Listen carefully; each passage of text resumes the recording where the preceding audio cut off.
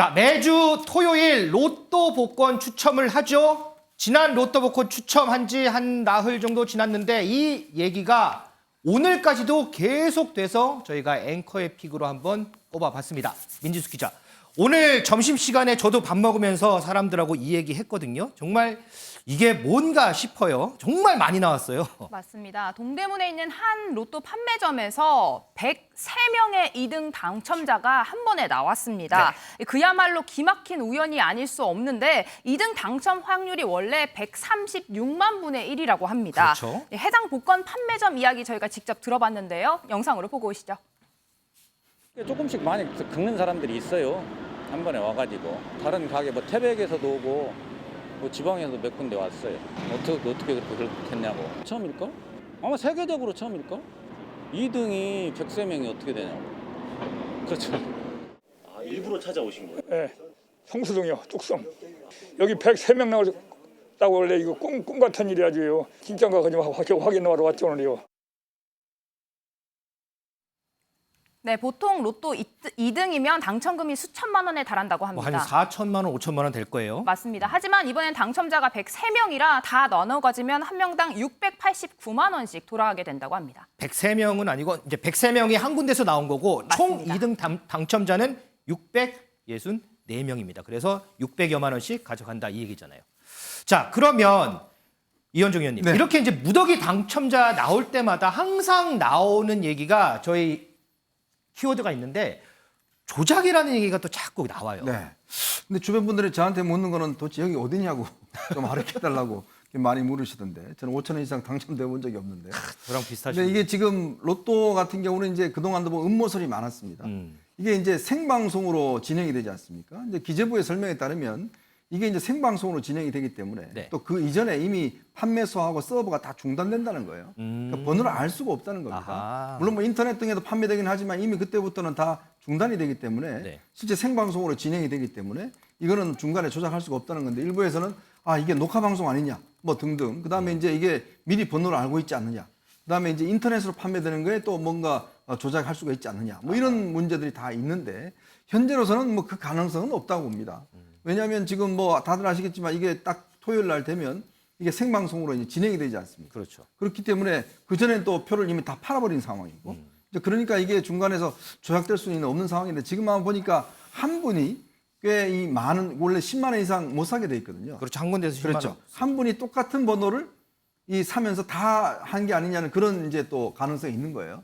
그렇다 보니까 이게 된 거 얼마 전에 1등도 아마 몇 분이 같은 데서 나왔는데 이거 보니까 한 분이 똑같은 번호를 다 썼다는 뭐 이런 이야기도 다섯 있었지 개인가 않습니까? 뭐, 예, 그렇죠? 그렇다고 예, 그렇다 보니까 아마 그런 데 대한 이제 의문은 있지만 여러 가지 음모론은 있지만 이게 뭐 증명될 수 있는 상황은 아닌 것 같습니다.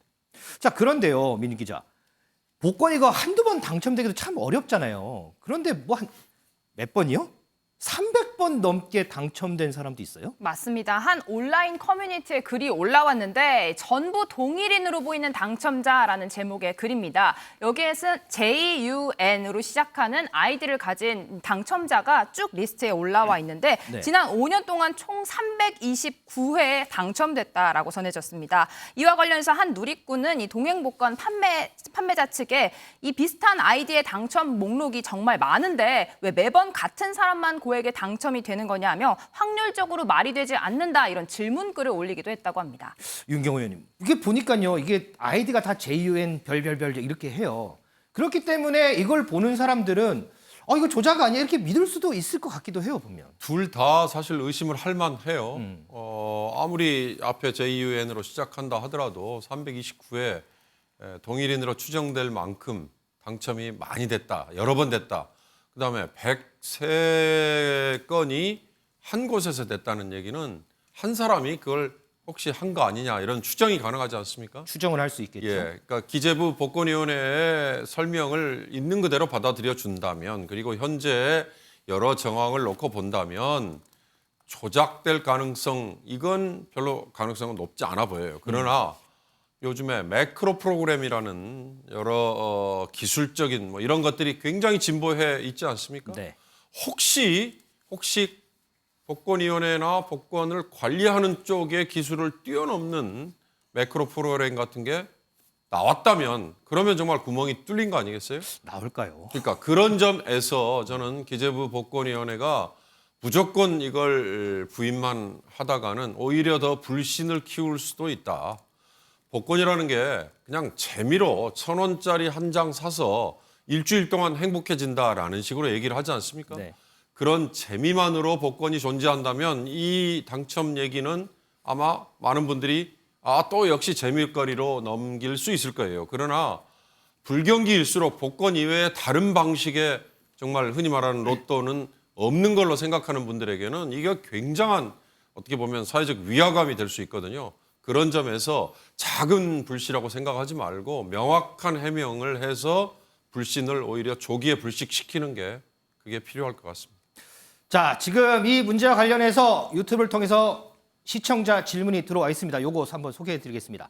앵커님은 로또 당첨돼 보신 적 있으신가요? 이런 질문이 들어왔는데 저도 당첨된 적 있습니다. 그런데 5,000원짜리 2번인가 당첨이 되고 나머지는 전부 꽝이어서 매번 저도 어떻게 하면 로또 한번 당첨될까 이런 생각을 하긴 합니다. 어쨌든 복권위원회 얘기를 들어보면 조작은 없는 것 같은데 그럼에도 불구하고 참 부럽기는 한 것 같습니다.